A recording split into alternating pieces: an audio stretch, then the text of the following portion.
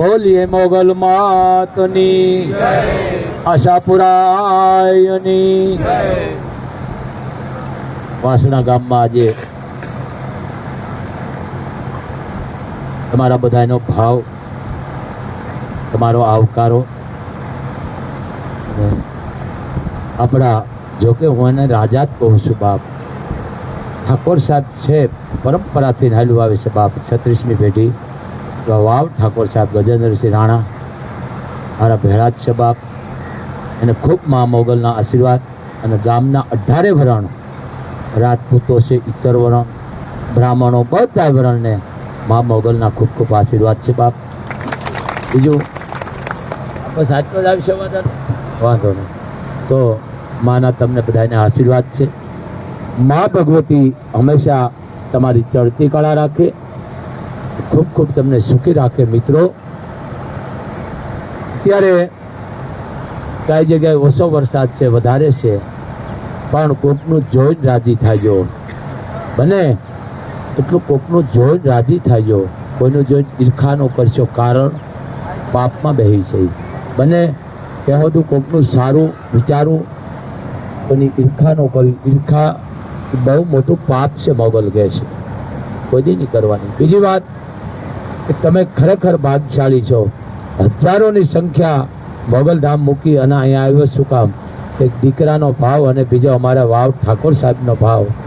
બાપુ તમારે આવવાનું છે, હું આવ્યો છું બાપ. એમ તમે ખરેખર બધા ભાગ્યશાળી છો. પણ સમયની બધી મર્યાદા હોય તો ગામને ખૂબ ખૂબ મોગલના પહેલા આશીર્વાદ આપું છું. અને ભોળાનાથ દેવનો દેવ મહાદેવ અહીંયા બેઠા છે. બાજુમાં મંગલેશ્વર છે, કારણ કે ગામ અહીંયા હનુમાન હોય. કોઈ ગામ એવું નથી કે હનુમાન ન હોય. બધા દેવ ન હોય પણ હનુમાન તો હોય જ, કારણ કે આદિ અમર છે બાપી. એમ હનુમાનજી મહારાજના તમને ખૂબ ખૂબ આશીર્વાદ છે. એવા દેવનો દેવ મહાદેવ ભોળાનાથના આશીર્વાદ છે. પણ જે તમે અત્યારે બેઠા છો ને મારા સામે, એ તમારી ઉપર આઈની કૃપા હોય તો જ તમે અહીંયા ઊભા રહી શકો, નકર ઊભું રવાતું નથી બાપ. બીજી વાત, તમે ખર્ચા કરો, ખૂબ રાજી છો, લાખો રૂપિયાના ખૂબ રાજી થાવ, પણ બને એટલું તમે સારા કામમાં રૂપિયો વાપરજો. કોઈ દીકરી કે દીકરો ભણતો હોય એના ફીના પૈસા આપજો, કોઈને વસ્ત્ર આપજો, કોઈનું કન્યાદાનનું પૂન લેજો. વરણ હામું ન જોશો, કોઈ પણ વરણ. પણ ખોટા ધંધા થતા હોય, ખોટા દોરા ધાગા થતા હોય, કોઈ શીશામાં ઉતારતા હોય તમને બૂસ મારતા હોય, ત્યાં ન જાય. આ એક તમને બાપુનો આદેશ છે બાપ. પાપ લાગે મને આપી દેજો. ગામના તમારા ગામના બાવા સાધુ, બાવા પાસે હું આવી ગયો, બાવા સાધુ બ્રાહ્મણ, એનું ધ્યાન રાખો. 18 વરણની માં છે.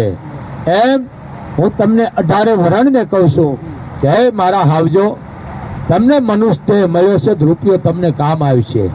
જીવન એવું જીવો, હાઈવે જીવો. હાઈવે સમજી ગયા ને? હાઈવે માથે તમે ગાડી બાપુ છે ને ઠાકોર સાહેબ 180 હાકી હગો, 150 હાકી હગો, પણ સિટીમાં ન હકાય, કારણ કે અહીંયા કોઈક બઠા કરી નાખે. ગાડી સિટીમાં ન હકાય ને, ત્યાં ડ્રાઇવિઝન આવતા હોય બધા, સમજી ગયા ને? કોકને ભટકાઈ જાય, આપણું તકલીફ પડી જાય. એમ જીવન એવું હાઈવે જીવો, પણ ડ્રાઇવિઝન વાળું જીવન ન જીવો. થોડુંક જીવન ન રાખો. બીજી વાત, હું અંધશ્રદ્ધા માટે કાયમ માટે કહું, ચારણ છો, આઈનો પરિવાર છો. કાંઈ નડતું નથી, નડે છે આપણા કરેલા કર્મ, અને કર્મ કરવા પડે. એમ કર્મ કરો, એ ફળ દેવું ન દેવું એના હાથમાં છે. બીજી વાત, બને ત્યાં સુધી ગાયોનું ધ્યાન રાખજો, કારણ કે ગાનું પશુ રાજા થઈ ગયા, જે પૃથ્વીને રચાવી એ પણ ગાની સેવા કરી છે.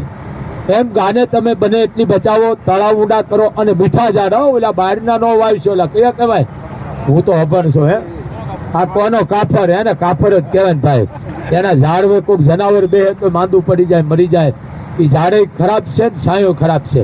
એમ મીઠા ઝાડ વાવજો, તળાવ ઊંડા કરજો, ગાયોનું ધ્યાન રાખજો. કા અને દીકરી એમાં કોઈ ફેર નથી બાપ, સમજી લેજો. કોઈ પણ વરણ કે જાતિ સામું ન જોશો.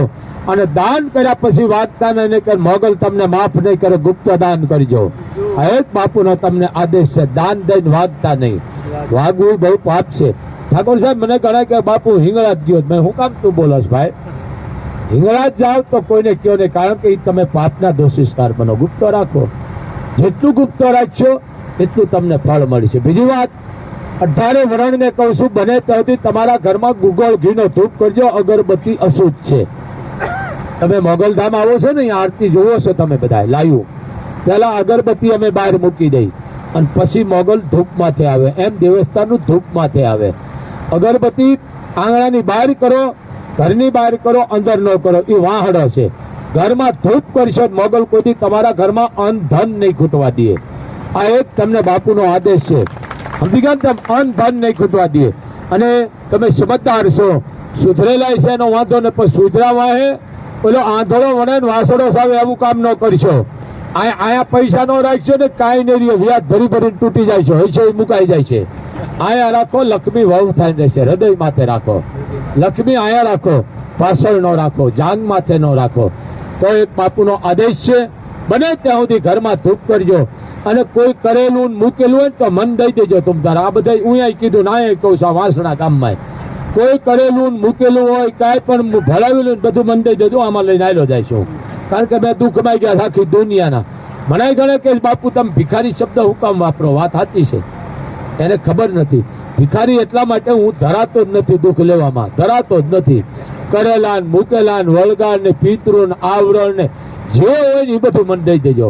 પણ તમે બધા એકતા રહેજો ને, ગામમાં એકતા રાખજો.